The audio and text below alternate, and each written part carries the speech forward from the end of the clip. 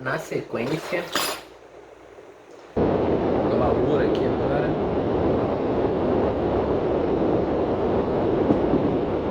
Tive que parar para pegar um combustível, porque sabe como é, né?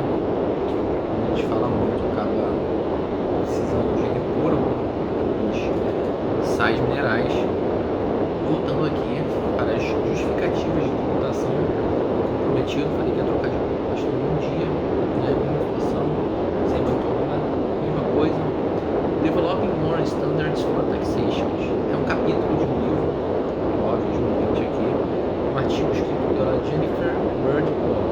Então, esse artigo, ela vai fazer um passeio, né, sobre as teorias liberais, utilitárias e libertárias, e o que significaria uma taxação moral para cada uma das teorias, e depois vai partir para alguns impostos, por exemplo, imposto de renda, imposto sobre propriedade, imposto sobre o consumo, né, imposto sobre transferências. Vai ver o que cada teoria, né, acharia disso. Desde logo, ela fala que não existem, obviamente, essas únicas três teorias, mas elas partem de premissas importantes, né, que podem dar uma boa visão sobre o que seria democraticamente, moralmente aceito em cada sociedade, de acordo com os valores que ela pressupõe. Então, eu acho que entendo que eu acho que a gente está se tornando uma coisa cada vez mais esquecida na minha vida. Eu acho que na vida de vocês deveria ser esquecida. Então, eu acho que removam, eu acho que se julguem, se punam cada vez que você fala, cada vez que vocês falem, eu acho que partimos, eu entendo que tem uma diferença, acho que faz toda a diferença. Então vamos lá, perguntas iniciais. Agora eu vou acompanhar aqui o resumo, porque esse deixa 2 dias, então não está fechando na cabeça. Algumas perguntas iniciais. Partindo do pressuposto, da premissa que tributos é o preço que a gente paga para uma sociedade civilizada. Então, estamos partindo dessa pressuposto. Não esquecer que é o tributo que faz com que a gente possa ter os serviços essenciais sendo prestados aí. Então, vamos lá. Perguntas. A civilização merece os impostos? Segundo, existem padrões morais para os quais podemos apelar para justificar a existência da tributação? Por último, se os cidadãos, se opuserem à cobrança de um imposto, eles têm alguma forma de reivindicar? Deveriam? Então, partimos dessas 3 perguntas iniciais, né, para dar esse toque de suspense no texto, mas não tem nada de suspense. Então,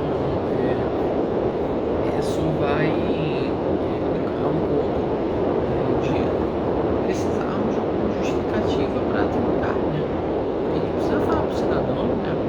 Esse Estado, esse Estado precisa falar para o cidadão o que ele tem que ter. Ele deve retirar uma parcela de sua renda para entregar nas suas mãos, né? O que você vai fazer com esse dinheiro, né? Então, esse projeto se concentra em questões básicas, nesse artigo se concentra em questões básicas sobre por que uma tributação deve ser justificada. Não é nem o que é justificada, mas por que ela deve ser justificada, né? Enquanto legisladores, né, economistas, operadores de direito, juristas, eles têm focado em questões históricas e questões econômicas, só que estão esquecendo de perguntas morais, de questões morais, né? E isso não deveria ser esquecido, porque estará no cerne da justificativa do imposto. No vídeo anterior eu falei, que inclusive estou subindo agora no YouTube para passar para o Instagram, um vídeo muito grande, que se o tributo começa a ser questionado, existe uma reação a isso, que é a sonegação. Então, a necessidade justificativa de um tributo, ela é suportada justamente porque, se não justificar, meu amigo, tu não vai ter tributo a ninguém. Então, vamos lá.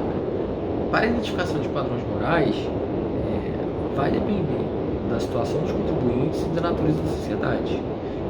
E isso, a identificação desses padrões morais, como eu falei no começo desse texto, ele vai abordar questões libertárias, utilitárias e liberais, mais liberais e libertários, porque utilitárias a gente vai ver que é só uma pergunta, só que se presta a ser feita, mas enfim, esses ideais, eles mudam ao longo do tempo, né? E no espaço, né? Dependendo do lugar. Então hoje eu estou no Brasil, eu estou numa determinada proposta, né? 2022 está aí, 2022 está aí, Lula está solto, está aí. Podemos ter outras reivindicações.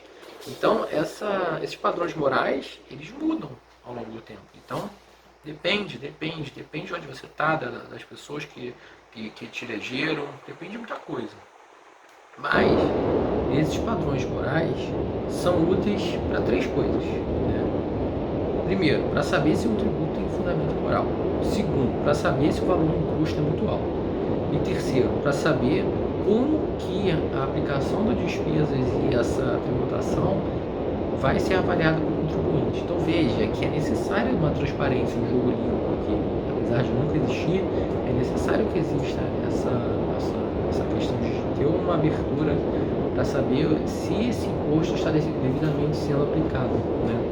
Então vamos lá, passadas essas introduções, sem delongas, teorias da tributação, entre elas que eram a partir de 3 principais: as liberais, as libertárias e as utilitárias, né? Como eu falei, as utilitárias vão ser deixadas em segundo plano, mas eu, na minha visão, entendo que ela é uma das mais importantes, justamente por pressupor a questão da capacidade contributiva, ela inaugurar essa teoria do sacrifício, que o sacrifício, né, para o mais rico é muito menor do que o sacrifício para o mais pobre. Então ela, para mim, é uma das bases, assim, das bases. Na realidade é a que sempre vai visualizar qual o saldo líquido, né? Assim, apesar de considerar muitas variáveis que não são difíceis de colocar uma métrica, né? Por exemplo, felicidade, né?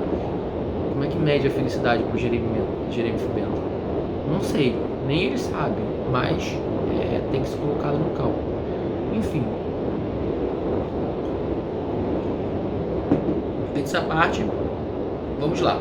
A partir desses 3 padrões morais que esse artigo vai ser desenvolvido, porque a gente precisa de um recorte, né?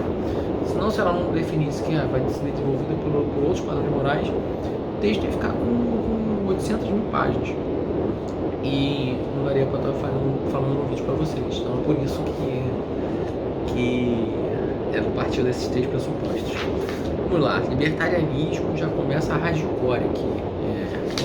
Nose que hardcore, porra, não me tributa, não venha me cobrar imposto sobre a propriedade. Não é bem assim, mas enfim, a imposição de tributos para os libertários, ela interfere muito na liberdade dos indivíduos, porque o que é meu pro libertário. Porra, como é que vai explicar para o libertário que o que é seu, metade é seu e metade é do governo, né? Então é complicado para o libertário entender isso. Mas com essa ideia que o tributo remove a liberdade, né, e remove também, mitiga também o direito à propriedade, que são elementares, né, para o libertário, está no rol, no catálogo de direitos fundamentais do libertário. Essa violação ela tem que ser consentida, e tem que ser consentida de uma forma expressa. É uma autorização ativa dos contribuintes de que eu me permito tirar uma parcela da propriedade para dar para o Estado, para ele está muito atrelado no princípio do benefício, para o Estado reverter isso em bens e serviços, né? Então é isso, né? O tributo remove a liberdade passo a passo. O libertário que é tributo? O tributo remove a liberdade, já que os tributos são direitos elementares, né? já que os direitos à propriedade são elementares e primários, qualquer violação ameaça esse elemento essencial da individualidade do cidadão. Por que os libertários acreditam? Eles acreditam que na realidade é a realidade, né? Convenhamos, o Estado surgiu depois de uma sociedade, então o Estado tem que servir às pessoas.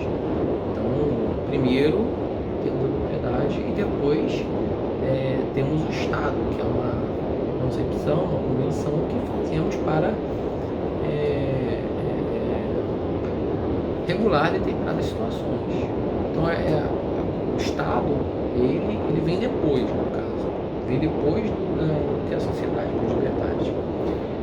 E aí, os direitos de propriedade são anteriores, né, ao estabelecimento de qualquer Estado. Então, primeiro a gente divide o nosso lote aqui de terra, né, e depois a gente cria um Estado, né, que vai proteger esse meu lote de uma invasão posterior sua, né.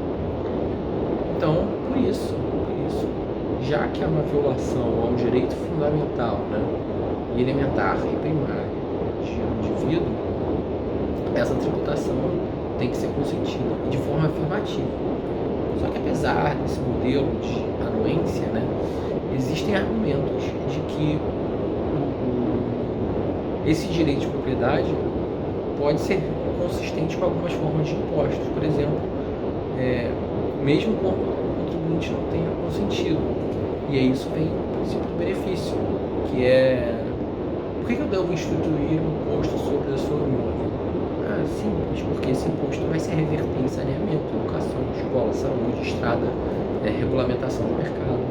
Então isso seria um consentimento tácito que você dá, porque você sabe, você sabe que se você pagar o Estado, você vai ter todos esses serviços em troca. Então existe esse consentimento, né, de acordo com o princípio do benefício. Não precisa ser expresso, assinado, né?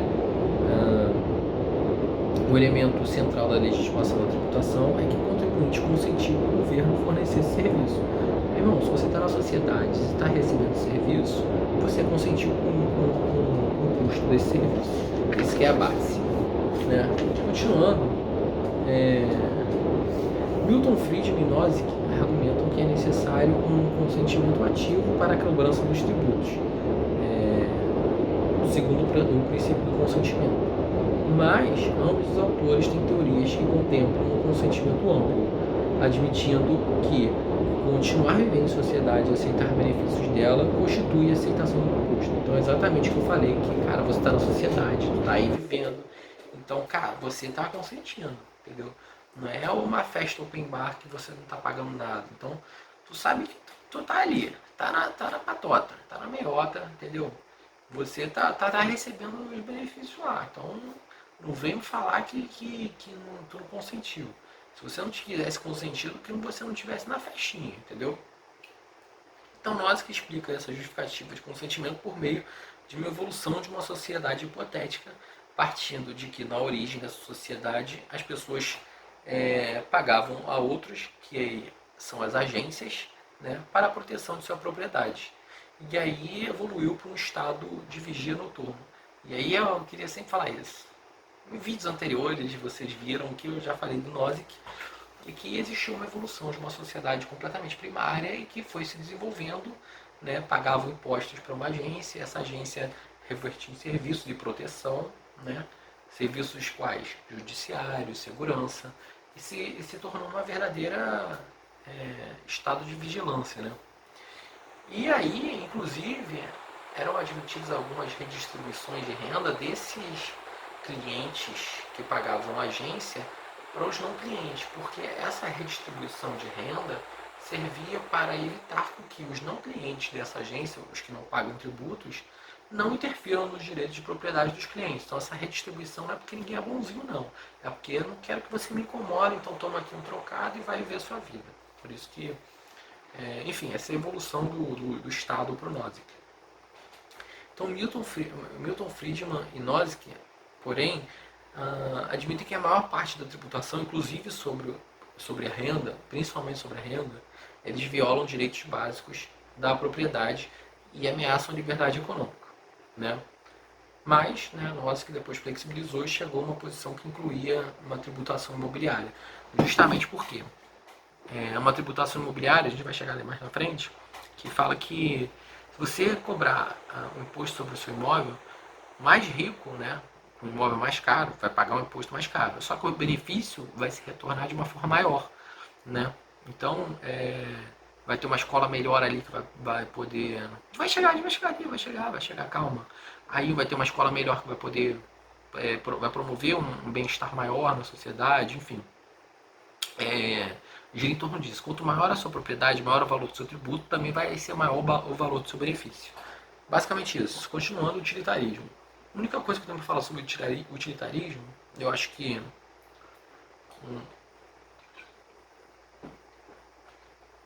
uma das únicas coisas que eu vou falar, que utilitarismo é uma pergunta que se faz, tributo vai é o paz e amor, cara. O utilitarista é o paz e amor. Vai se perguntar, né? Veja bem, vai maximizar o bem-estar? Vai. Então tributa. Essa é a pergunta. Então, mais nada, precisa mais nada. Né?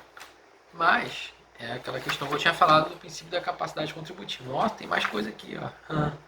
Tem muito mais coisa sobre utilitarismo aqui que eu pensei. Então vamos lá. O utilitarismo, ele é utilizado, né, para justificar decisões na política tributária, uma vez que, simplifica as análises, vê a questão se vai ter benefício ou não. Segundo, torna as decisões políticas mais neutras, porque ficam... Como é uma teoria consequencialista, não é uma teoria deontológica que fala sobre os deveres, o que tem que respeitar, quais são os direitos que tem que respeitar, vai ser moral para o utilitarista, não os direitos que, as políticas tributárias que aumentem a redistribuição ou privilegiem um direito à propriedade ou uma liberdade. Vai ser legítimo, vai ser moral uma tributação que amplie o benefício e o bem-estar da população. Então, uma teoria consequencialista. Né? Então, algumas escolhas legislativas vão priorizar, né, a transferência de dinheiro dos contribuintes para o governo, outras vão priorizar a redistribuição dos contribuintes de alta renda para baixa renda, e algumas vão priorizar manter esse dinheiro nas mãos do contribuinte para a iniciativa privada. Então veja que ela não ela não parte de pressupostos que a gente tem que valorizar a iniciativa privada, a gente tem que valorizar o bem-estar geral de todo mundo, da sociedade, se todo mundo tem escola, não. Vai ver o que é. Não, o utilitarismo raiz, não, mas a evolução dele talvez comece a olhar para pontos de redistribuição de renda. Né? Mas enfim, ele vai olhar para essa questão, o que vai ser melhor, né? O que vai ser melhor?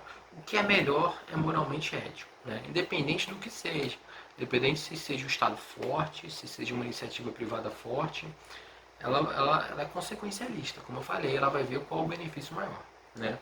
Então, todas as utilidades devem ser ponderadas igualmente. Ah, isso é legal. Qualquer decisão ética que crie desutilidade também deve ser incorporada no cálculo. O que quer dizer isso? Eu já falei isso aqui em algum outro vídeo também, é a segunda vez que eu estou falando isso,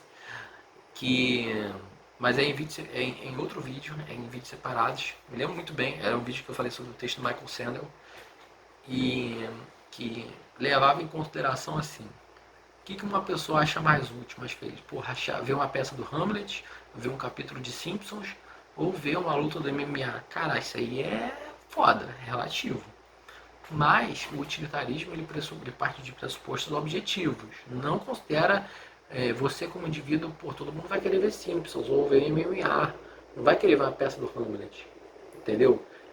Então, ele parte de pressupostos que existem bens moralmente superiores e moralmente inferiores. Né?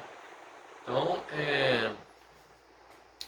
há de se considerar esse tipo de situação. E que todas as utilidades elas têm que ser igualmente ponderadas. Não é porque você gosta de Equity, eu gosto de Avon, a minha vai ser mais ponderada na hora de fazer um cálculo utilitário. Então é bom a gente partir desse pressuposto.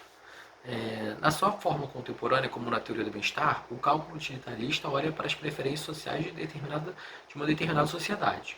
E, em seguida, avalia a utilidade de resultados específicos com base nessas preferências sociais.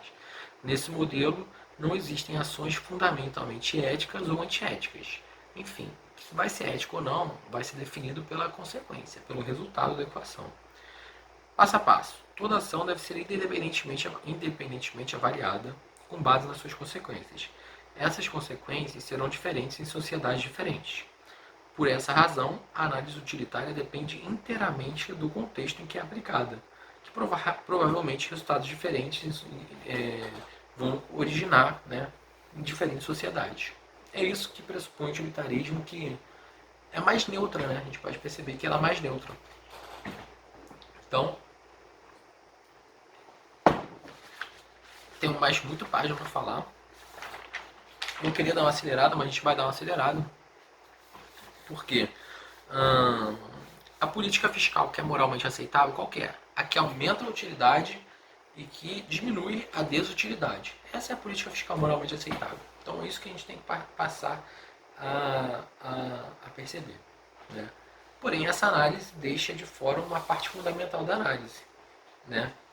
Porque o John Stuart Mill, acreditava que alguns valores da utilidade objetivos não dependiam de resultados empíricos e poderiam ser avaliados em abstratos. Né? Por exemplo, justiça é algo moralmente superior, é um valor superior.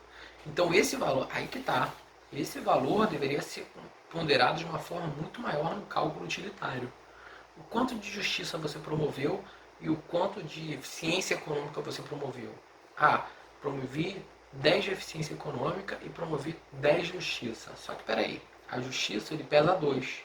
Ele tem peso 2, porque ele é um valor moralmente superior. E eficiência econômica pesa 1. Então, promovemos 20 de justiça nesse cálculo utilitário. Então, é difícil calcular. A verdade é essa, é difícil calcular. Não tem como calcular.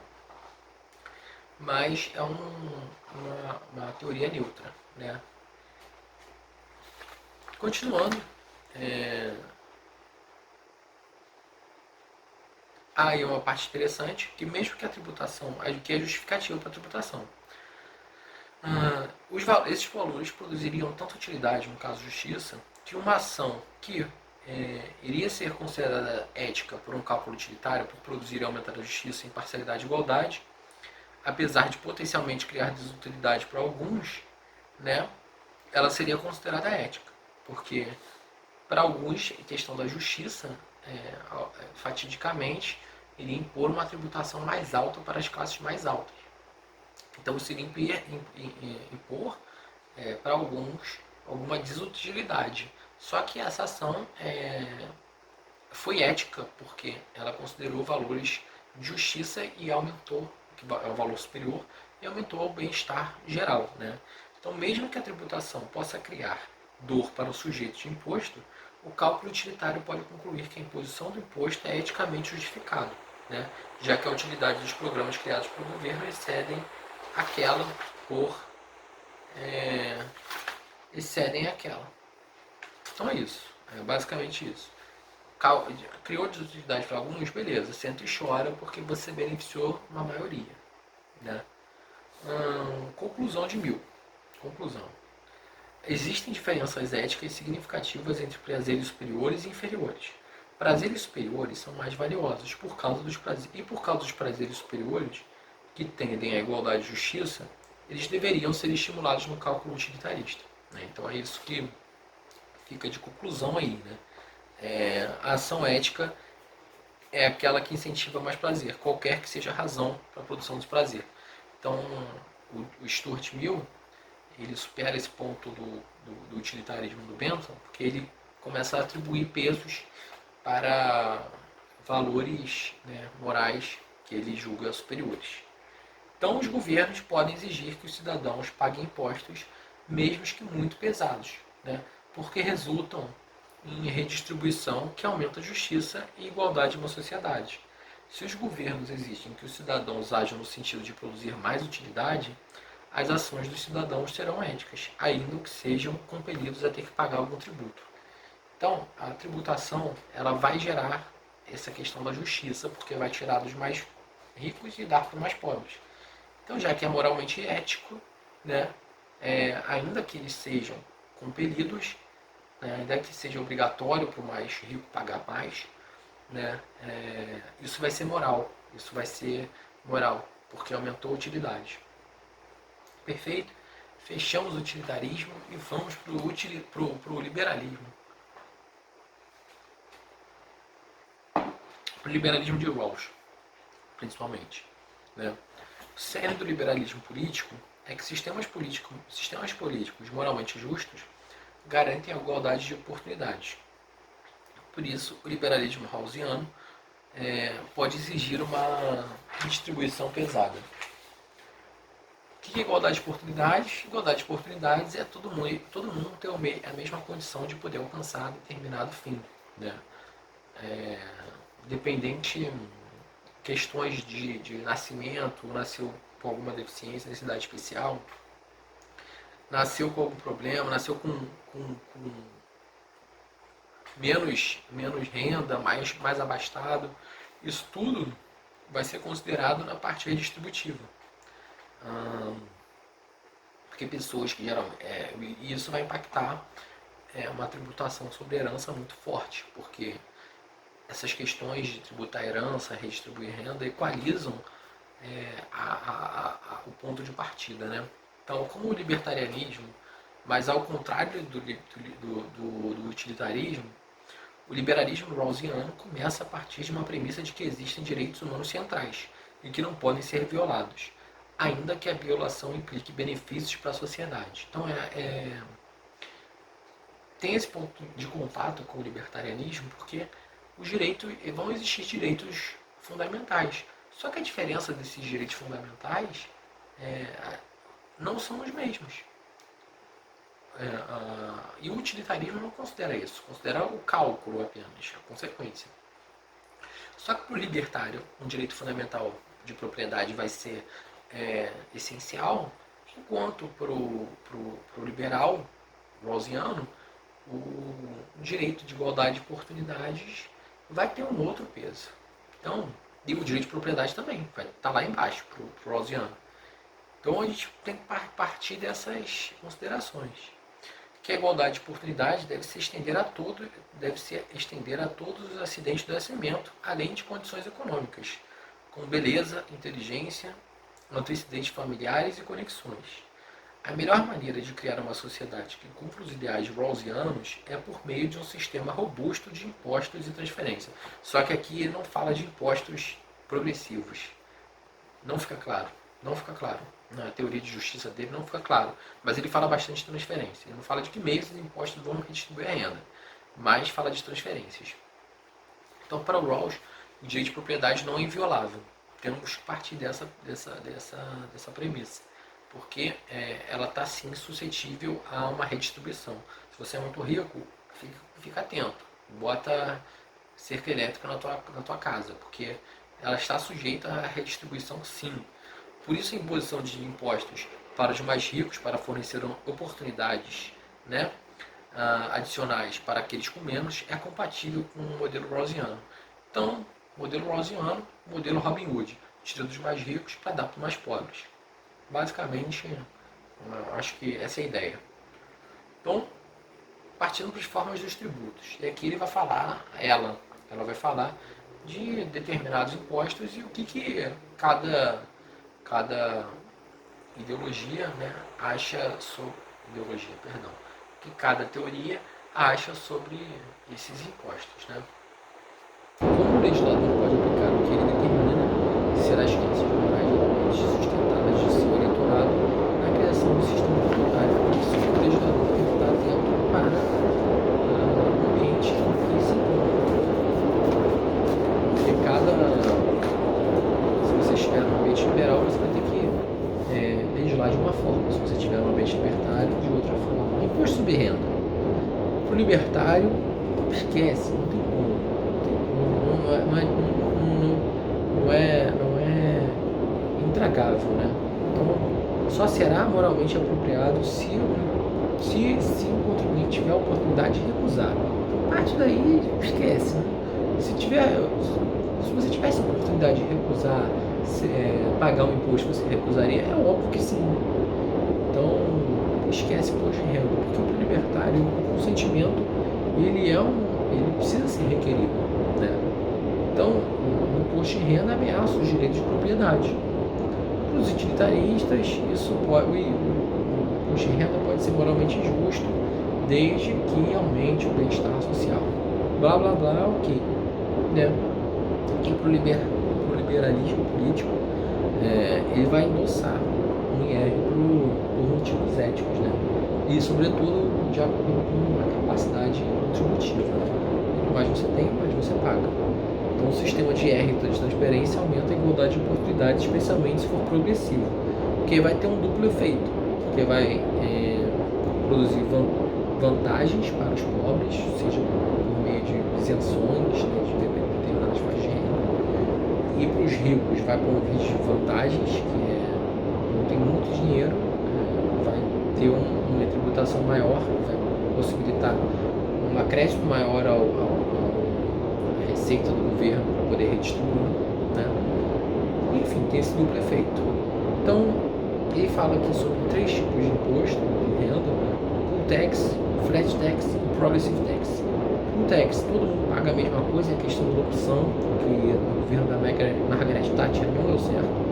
Todo mundo tem que pagar o mesmo valor absoluto, paga R$50 todo mundo. Cara, isso é o mais injusto possível, né? Tem o flat tax, que você paga uma porcentagem sobre a sua receita, sobre a sua renda. O problema é justamente que todo mundo vai pagar a mesma porcentagem. E tem o progressive tax, que aí é o imposto progressivo, né? Estipulado pela maioria das democracias ocidentais. Continuando, acho que vai dar para finalizar esse vídeo rápido. Imposto sobre a propriedade. Nos Estados Unidos, o imposto sobre a propriedade, ele principalmente é cobrado sobre o setor imobiliário, né? Lógico, tem imposto sobre automóveis e tal, mas o principal é sobre o setor imobiliário, que é utilizado para financiar escolas, estradas, saúde pública, esgoto. Isso que é útil o destino, né, do imposto sobre propriedade. Libertários, os impostos de propriedade são aceitáveis pelos libertários, porque eles vão ser utilizados para financiar serviços locais. É aquela questão do princípio do benefício. Ainda que você esteja e ainda que você não pague, né, você mora em algum lugar, ainda que você não utilize esse serviço, melhor dizendo, você está sendo beneficiado. Por exemplo, metrô. Porra, é construído metrô. Eu não uso metrô, não uso. Só uso carro. Mas, porra, vai construir um metrô a 2 quadras da minha casa. Esse metrô vai valorizar o preço do meu imóvel. Então, o libertário é até a favor do imposto sobre a propriedade, né? O liberalismo político, ele não é a favor, dependendo da forma que ele é cobrado. Porque o que acontece? Se for muito pela essa questão do benefício, quem tem mais dinheiro, né, vai pagar mais imposto e vai ter mais benefício. Agora, se esse benefício ficar concentrado nas pessoas que pagam mais, né, se você mora num bairro mora no Leblon e você vai pagar imposto muito mais alto, porque o metro quadrado do Leblon é muito caro, e aí vai se retornar em benefícios muito mais caros, justamente, especialmente para o Leblon, aí para o liberal rosiano isso é injusto, porque isso, por outro lado, uma pessoa que mora na Baixada, paga um IPTU mais barato, vai ter menos serviço, menos benefício, né? Não existe essa questão de distribuição. Quem paga mais vai receber mais, quem paga menos vai receber menos. Então, se for dessa forma, o rosiano é injusto. Só que se essa base do título do Leblon, os benefícios conseguirem ser ampliados, aí já começa a ficar mais justificado. Continuando, imposto sobre transferência de riqueza. Esse está menos claramente vinculado ao benefício, e lógico que o libertário vai ser rigoroso, né? Mas esse sistema de transferência imposto sobre herança, imposto sobre doação, imposto de direito, imposto de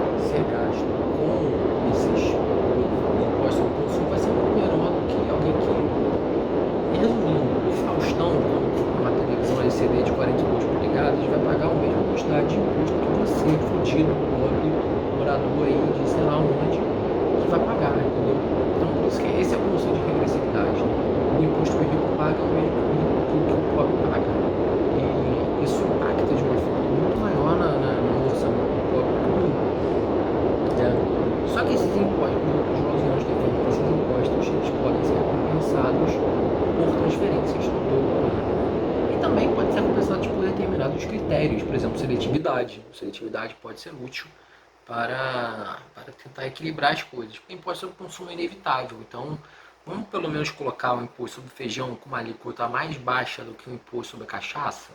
Então seria. Mas vamos colocar o imposto sobre cerveja com uma alíquota mais baixa do que o imposto sobre arroz? Justo. Atende o Rawlsiano total. Conclusão: a economia deve desempenhar um papel subserviente à análise ética, porque primeiro a gente precisa partir desses pressupostos éticos, né? Da ética local, né? Do que é mais considerado na sociedade. E depois a gente partir para os aspectos econômicos. Como a gente vai fazer? Qual a alíquota que a gente vai cobrar? Quem que vai ser o responsável? Quem que vai ser o contribuinte? Enfim, quais são as deduções? A economia tem esse papel importante. Só que ela precisa estar amparada por conceitos éticos, bases éticas. E a determinação do fim é uma questão filosófica fundamental que deve ser respondida pela sociedade em questão. Ou seja, a economia deve ser utilizada para determinar a melhor forma de alcançar esse fim. Então, meu amigo, não interessa você é liberal, libertário, utilitário.